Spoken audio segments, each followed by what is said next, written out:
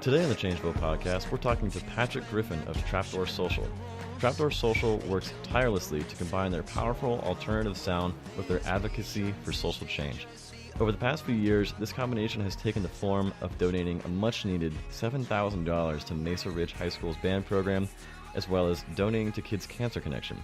Currently, the band is embarking on an entirely solar-powered tour and will be running their second annual Sunstock Solar Festival in September of this year. We're honored to have the band's bass player, Patrick, on the show today. How you doing today, Patrick?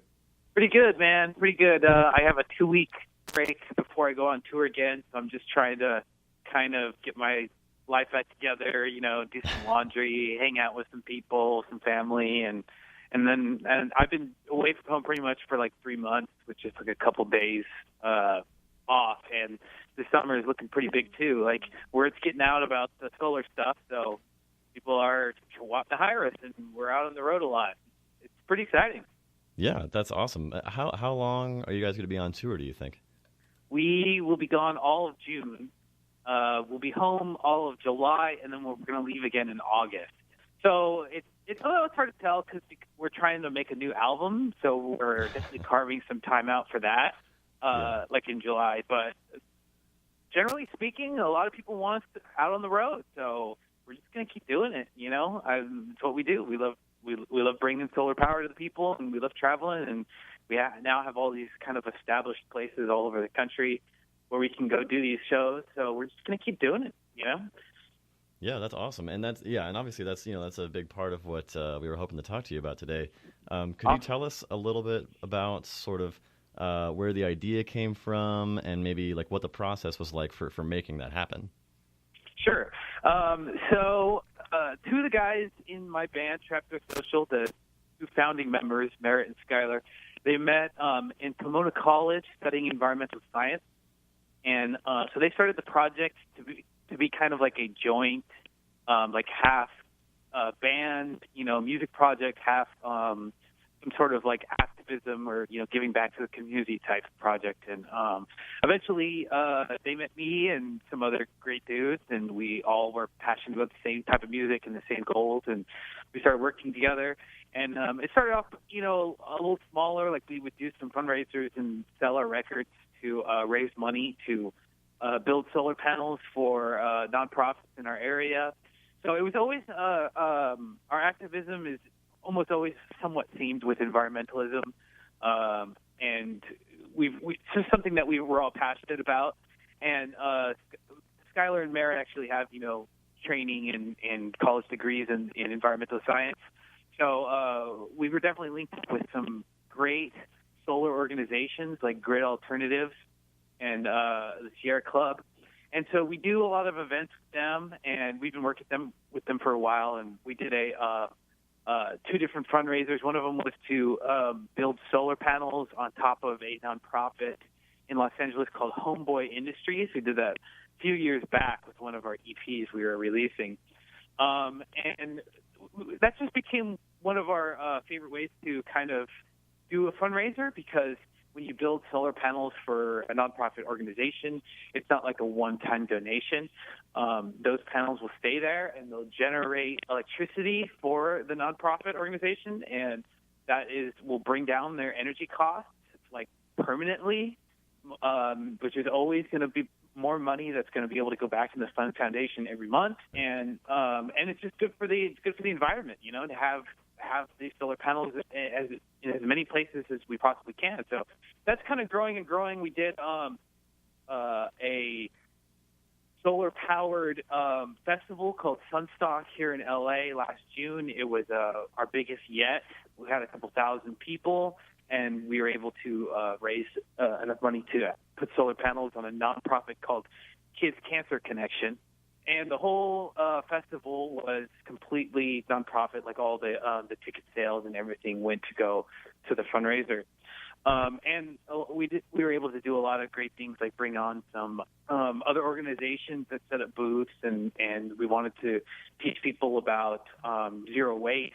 Like we had like a lot of different types of trash cans set up, and a company called Zero Waste come out and trying to make sure that the festival was going to be different than than most other mainstream festivals as far as trash cleanup goes. You know, like we made sure to tell everybody like this is different. The whole point of this is to be an environmentally sustainable music festival. So I'm actually going like I'm excited to talk about this kind of stuff. So I'm going like a lot of circles. Let me take a step back and try to answer your question. So how we got started was specifically the solar shows was Skylar heard about a guy who was riding a bicycle around, and this was an acoustic artist, and he had a very small solar-powered sound system. He would tote around on his bicycle, and he would do like little acoustic shows on the street. So Skylar saw that, and he was like, it's amazing. We can do that on a much bigger scale. So we looked into the technology. We talked to a lot of different engineers, and what we wanted to do was basically build a solar panel on top of our cargo trailer and have it charge batteries inside, and then we can go around and set up our own sound system anywhere we want, on a beach or in a forest or a desert, without worrying about having to connect to some type of grid or some type of gas generator or anything like that. Just solar-powered sound, pure, clean energy, anywhere, anytime we want to, weather permitting, and as long as we don't get shut down by the cops for lack of noise permits. So when we were looking for parts, to build the thing ourselves, we found a company in Northern California called Mobile Solar, and we were asking to buy some parts from them, and they said that they actually had, first off, the guy was like, well, it sounds like you're trying to build a mobile solar generator, and we're like, that's exactly what we're trying to build. He says, well, I actually create them and sell them myself. So he had exactly what we were looking to build, completely pre-made, ready to sell. So we ended up buying one of his prototypes, and he originally designed it for lawn care, which is a really good idea. I didn't really think about the connection, but people who run lawn care businesses, they use a ton of gas every day. I mean, you're going to all these different places, and you're powering your hedge clippers and your lawnmowers with gas, and it's got to like run your business dry. I mean, if you had like a solar powered generator that was charging all your gear, that would save you tons of money. Not to mention the fact it would be incredibly better for the environment. Instead of draining a bunch of gas on a regular basis, you're charging all your equipment with solar power. So that's what this company Mobile Solar does. Now, when I did the second Sunstock Solar Festival in Gainesville, Florida, I was able to link up with a company called Sun Power Lawn Care that does the exact same thing. Tom Snoggles worked really close with me at creating that festival, and hopefully those guys will be on board with doing that again with us. So that's really cool. It's becoming a popular thing. I mean, we bought our trailer from a company in Northern California that does that, and I just happened to meet another company in Gainesville that does the same thing. So in a lot of different areas, solar power is becoming more popular, and it's making more sense to people. And that's what a lot the big part of this is really just to raise awareness, get people thinking about, hey, maybe solar installation is good for me, maybe this is something I should support, get interested in, think about as I vote on local ordinances that pass, regarding solar. It's just something that people obviously really just need to start thinking about and implementing in their daily life if we're going to have a sustainable future. Right, yeah, it seems like such a simple solution, like pretty easily implemented. And do you think this is going to become more of a trend, and we're going to see more and more festivals, maybe even on like a large scale soon, using this kind of resource, or are there sort of barriers to that, do you think? Well, that's the hope. I'm a huge festival junkie. Out here, go to Coachella and tons of other ones, and my friends go to Bonnaroo out there, and there's Okeechobee, and I just love them. I go to as many as I can. There's just more brewing every day. They're never, none of them are ever ending. They just keep creating more and more.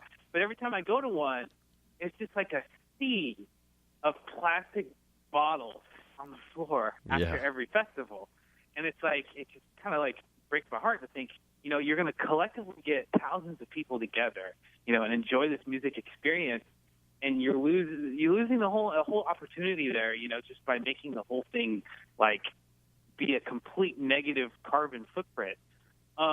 So we really wanted to kind of show people that it's absolutely possible to have a complete reverse effect. The very first Sunstock was June of last year, and every single aspect of it, we wanted it to be sustainable. So we're going to recycle as much as we can. We're going to, work on the waste issues. We're going to encourage everybody in the entire festival, like regularly on stage, to clean up after yourselves. Like this, we're making a point here. We're trying to show the world that you can have both. You can have a good time and make the world a better place. And, all the funds being used to build solar panels to help nonprofits in the future. And not to mention, everything that you see, all the art installations, all the music, all the sound, all the lights, all run off clean energy. Even at nighttime, it's running off the batteries that were charged by solar during the day. So I definitely, it's hard to tell whether it's going to be something that people eventually start to really care about. But we've only been doing this for a year or two, and we've definitely noticed a lot of people trying to hit us up, trying to add a solar stage to existing festivals. There's a couple small festivals here in LA. One of them is called Broke LA that we just did, and we're doing another festival this weekend called Mini Fest. Another one in July called Blacklisted. So it's word is getting out there, and they're hitting us up. They're saying, hey, we can't run our whole festival off solar power, but if you want to come set up a stage, you use your generator, we can have a solar stage at our festival. So little that's by little. Awesome. But, I didn't realize that. So when you guys go to those festivals, you are running your own sound equipment and your own stage, and for maybe yourselves and whoever's playing on that stage with you. Absolutely. And the thing is we didn't even get to play Broke LA. That was like a 4 or 5 stage festival that's been going on for years. Really cool festival, and we were super glad to be part of it. We've been submitting to actually perform for years, and we've never gotten in. And we started talking to them about the solar stage, and they were into it. They're like, this doesn't mean that you're going to be able to perform. You still have to submit separately, and which is completely fair.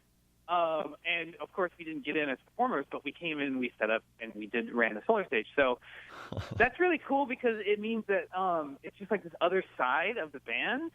We don't necessarily have to perform at these festivals. That's an added bonus. We're down to perform if we fit. But we've used our solar setup at hip hop shows, and we do a lot of environmental rallies too. There was the People's Climate March, which was last Saturday, and we were in Salt Lake City, and we powered all the performers and speakers at the rally before they did the march downtown. So that's been another real big bread and butter for us, providing solar powered sound for climate rallies. And ever since the last election, there's been kind of a lot of those. A lot of people are really fired up. There's been a lot of issues with the Dakota Access Pipeline that people are doing a lot of protesting all over the world. And we were also able to bring our solar-powered generator to the camp in Standing Rock in North Dakota. We were there in December of last year, and we helped power the camp for about a week. So we're just thinking outside of the box, We're just traveling and trying to show people this equipment and what it can do, and trying to create some kind of impact little by little. And I mean, that's the best way to really get that conversation going with everyone and with larger, I guess, festival companies and things like that, is just leading by example. Because I don't know where the real starting point for that conversation is besides that, just going out and doing it yourselves. And I had no idea that you guys actually will go to events and sort of manage and set up your stage, because that's a whole half of what you do. And it's becoming, a bigger and bigger part of what we do. We'll go on a tour, and some of the shows that we do on the tour are not even ones that we perform at. We just go to a festival and we're on the stage, and people are just hearing about it, and they're interested, and we're kind of wedging our way in. And I think people, the thing with these festivals is that the people have the power, I mean, I guess you could say the same thing in any situation, but people don't realize how much power they have. And if the public demanded that these festivals were sustainable, they would have to comply. And but it's hard to say. There's a lot of really scandalous stuff being said about the guy who runs Coachella, and I don't know how much of it is true, but someone was saying that he was donated tons of money to some homophobic campaigns. So a lot of people were saying you should boycott Coachella and go to these other festivals instead. But I didn't see a lot of people boycotting. I watched the stream and it was like thousands upon thousands of people. So I mean, I don't know. I would definitely like to see these festivals like take an initiative, and actually say we're going to do something about sustainability. But I guess you got to kind of dip your feet in the water first.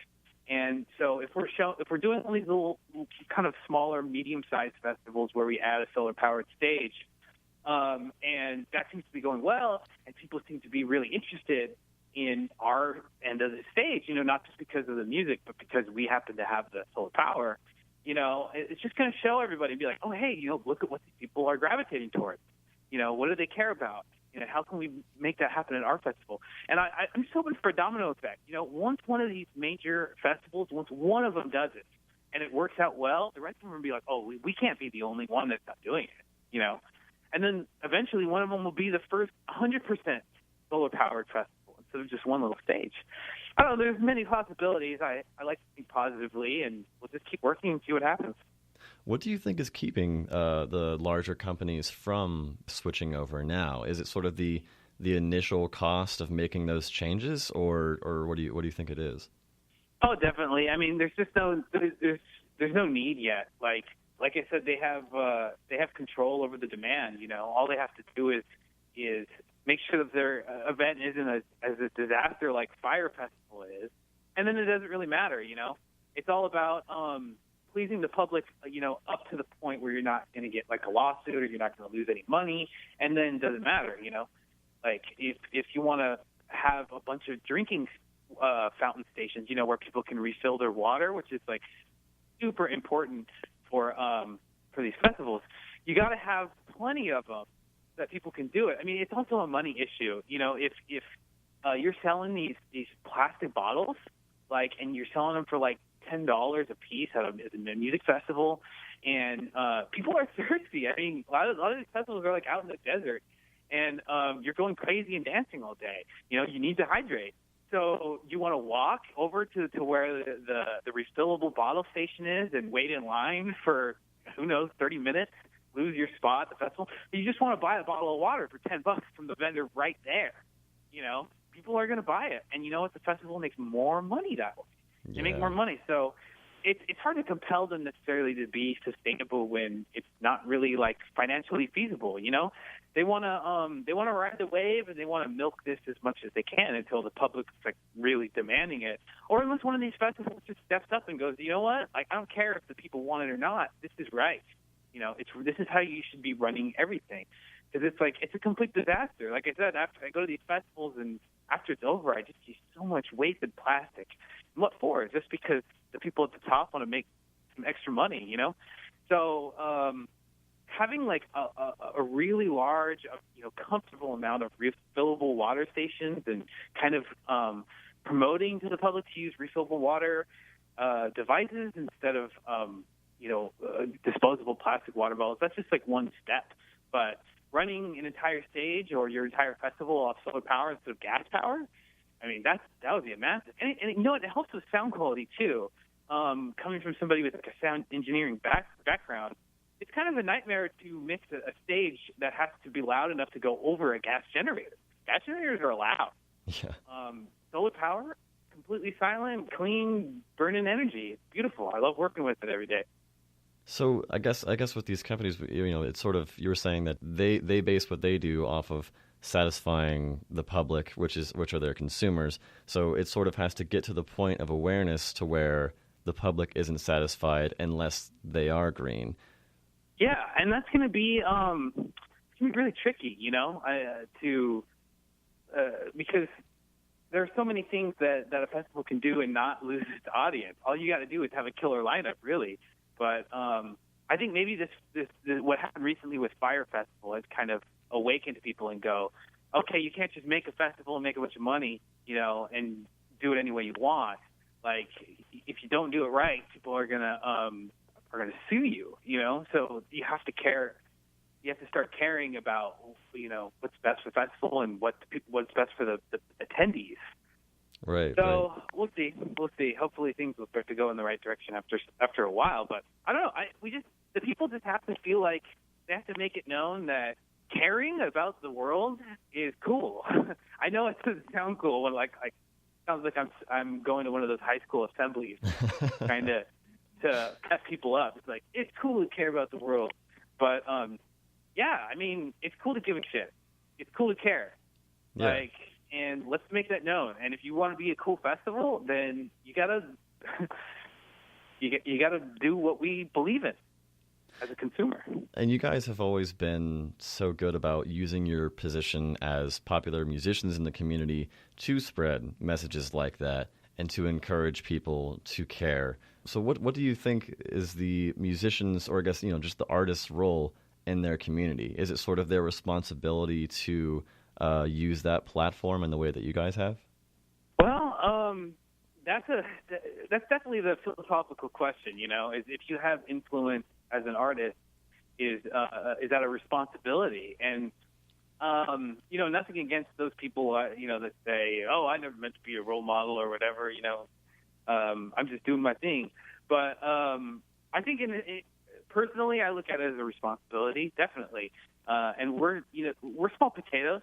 There's hundreds of bands that are bigger than us. But hell, we got a couple fans around the country that that care and they pay attention to what we say and they listen. And I've met them and I respect that.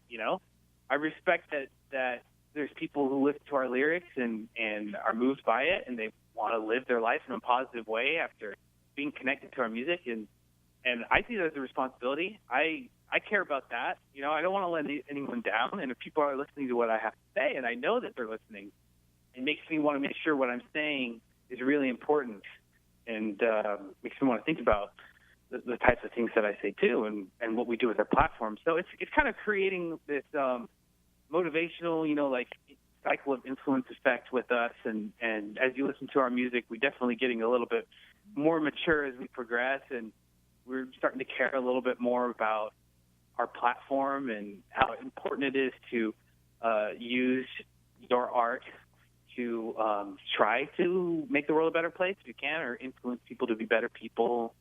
Well, I wanted to touch on one of the coolest things I read about you guys, the fundraiser that you did for Mesa Ridge High School.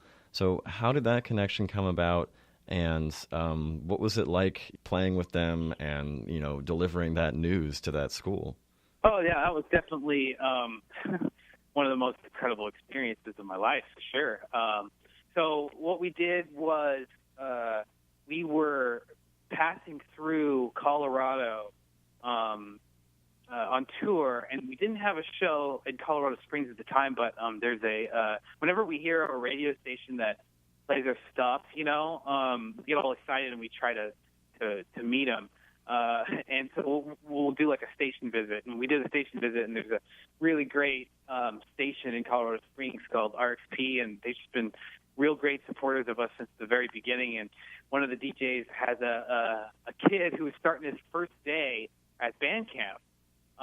He's a percussionist, and so he said, you guys don't have a show here. Like, what if you just rolled by the school? What if you just went over to Mesa Ridge and played some songs for the kids, at their first day in band camp, just surprise them. And we were like, sure, absolutely. It sounds like fun, So we went, and it was really cool. Like, we went and the kids were super into it. It's not like going to a high school and playing at lunch. I mean, these are the band geeks. Like, these kids that really into music. Yeah, and yeah. they recognized our songs from the radio, which is really cool. So we just kind of connected with them and played some songs and had lunch with them. And a lot of them were talking, just venting to us about the fact that their music program was having some financial issues, and they weren't quite sure if the music program was going to survive. They were going to have a band program by the time they were graduating. And I don't know, it just really struck this weird nerve with us because as passionate as we are about things like environmentalism, we also really care about arts education and, music education. And it's not just I'm in a band, I want kids to be able to experience music like I did. I've read studies and like music and arts. These are so imperative in public education because these kids, it's the reason they want to go to school, And so arts education, it brings attendance up. If you go into your first class of the day as being like art, drama, or music, it like turns something on in your brain. And they've done these studies. So if you go to like a science or a math class after you've done something creative, your brain is now like turned on and ready to learn. So it's things like these extracurricular activities are actually extremely important to, and music and art, they always seem to be the first thing to get cut in public schools. So we got pretty upset about it, and we just thought about what we could do. So we recorded a song that was going to be off of our upcoming album. We've since released that one last year. The song's called Fine on My Own. And so we went into the auditorium, and we wrote a marching band part for the song. You can find the video of us recording the song with the band in their auditorium on YouTube. So we played the song Fine on My Own with the band and recorded them. We put them on the album. We listed them on there. And we did a big fundraising concert in May of 2015, I believe. I brought the whole community out and raised over $7,000 for the music program. And I hope kept it alive, but that definitely made me feel amazing, knowing that like we saw this problem, we were part of it, we listened to our fans and we did something about it. And it's just like, it just proves the point, like if you get involved in your community and you actually take action, you can change things. And it really like motivated us and made us think, what else can we do? It was just being able to play with those kids and the experience of playing a live show with them and the whole crowd going crazy when the curtain drops and the entire band was there, and you feel the brass and the drums like hitting your back, like just such a powerful force of energy. It's just one of the most amazing musical experiences you ever have. Once you play with an entire marching band on stage, everything else doesn't compare. It's a blast. I love that town. That really is just an incredible thing that you guys did. I mean, that's what's super important in public schools is saving these programs. And I can attest to what you were saying about starting the day with a music program puts you in a mood for the rest of the day. I started every morning of high school with jazz band, and it made everything that much more easy, that much more motivated.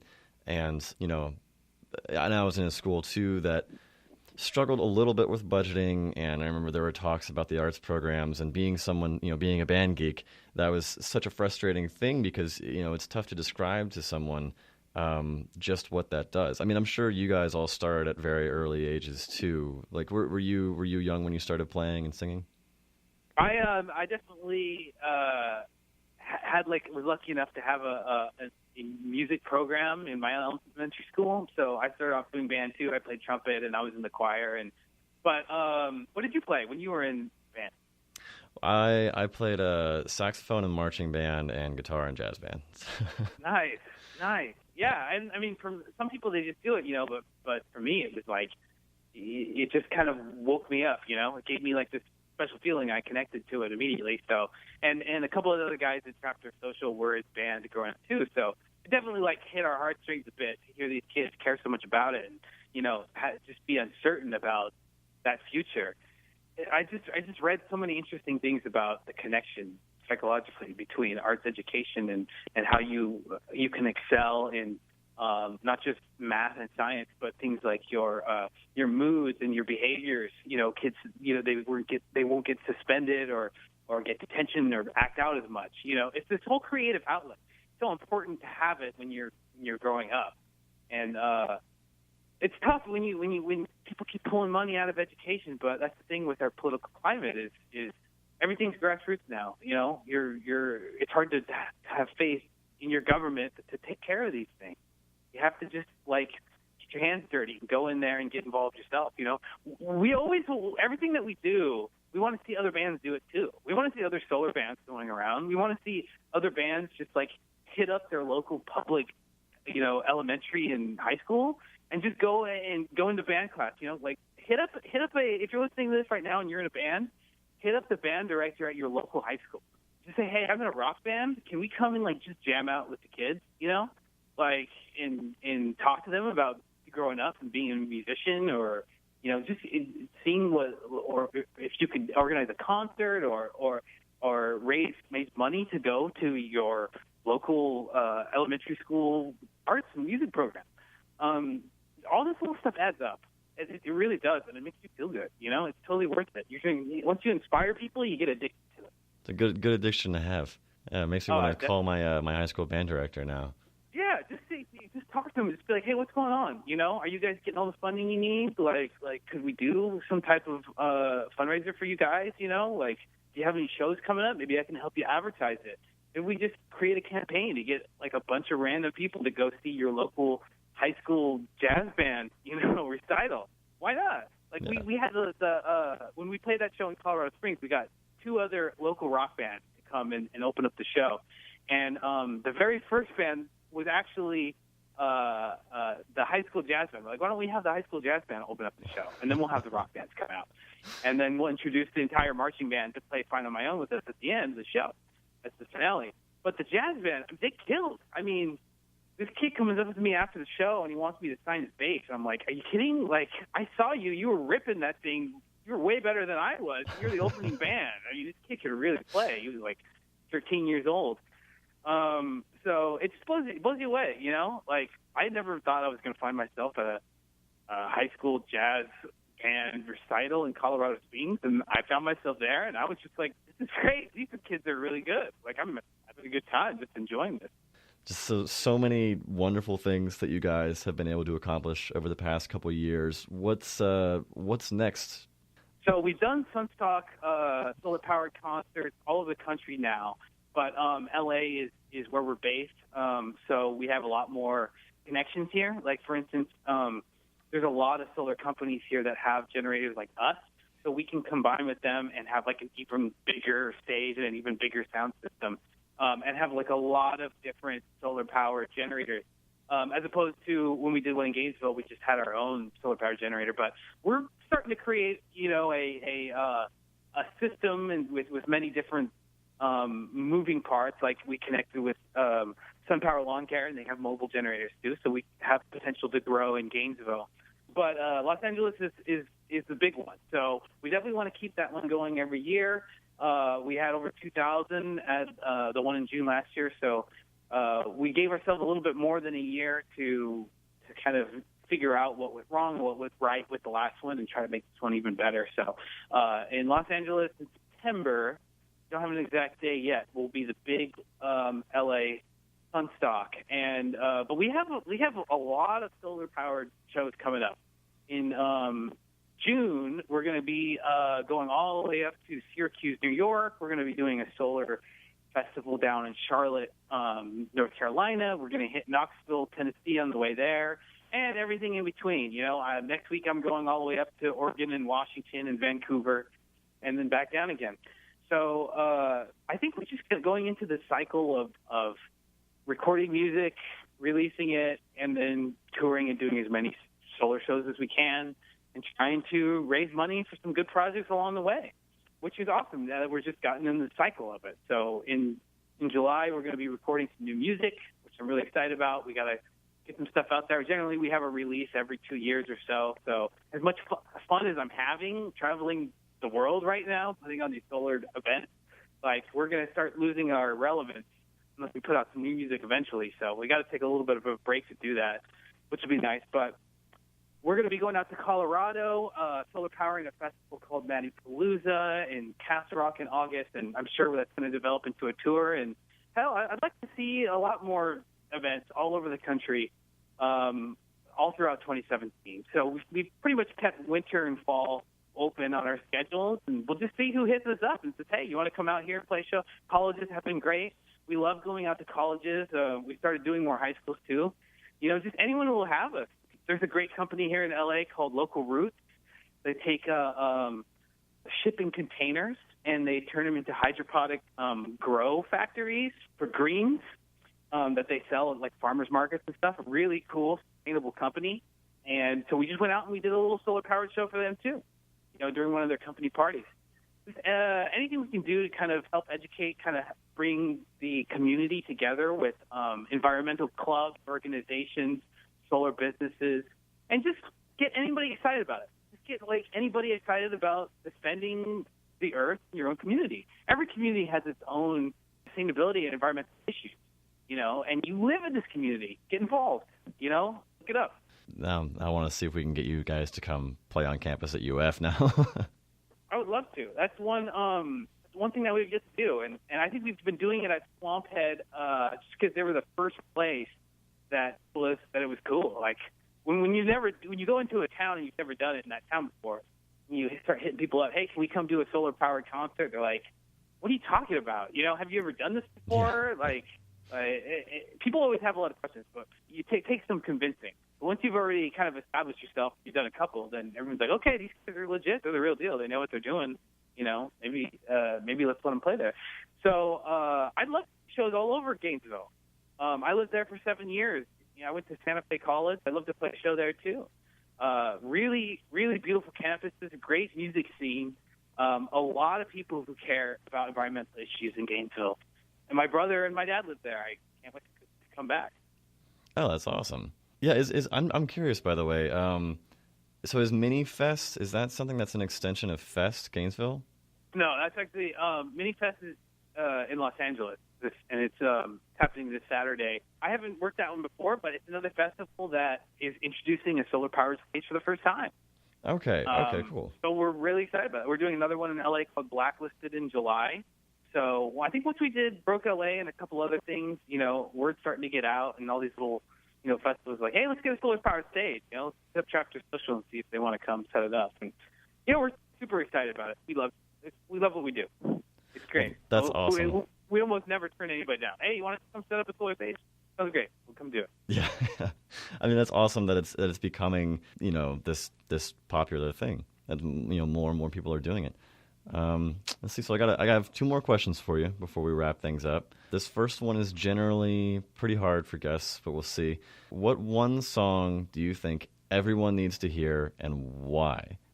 Oh, wow. Yeah, okay. So I guess I'm trying to think of something that comes to mind immediately.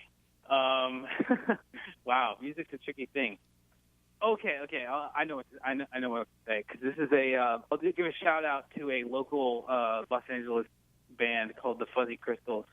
They have a new album dropping on May 20th, and I'm just completely obsessed with them. They're like a hippie family band almost, but just incredible musicians. They have a song called Spinning, released. It's on SoundCloud right now. So check out Spinning by the Fuzzy Crystals, and it will just make you feel so warm and fuzzy on the inside and so happy to be alive. So everyone that's listening, go check out the Fuzzy Crystals. So if a listener wanted to support the mission of, let's say, Homeboy Industries, Kids Cancer Connection, or your guys' Sunstock, where should they go to do that? Where should they get more information about that? Definitely check out sunstocksolarfestival.com. So it's kind of like Woodstock, except sun, except for wood. So sunstocksolarfestival.com.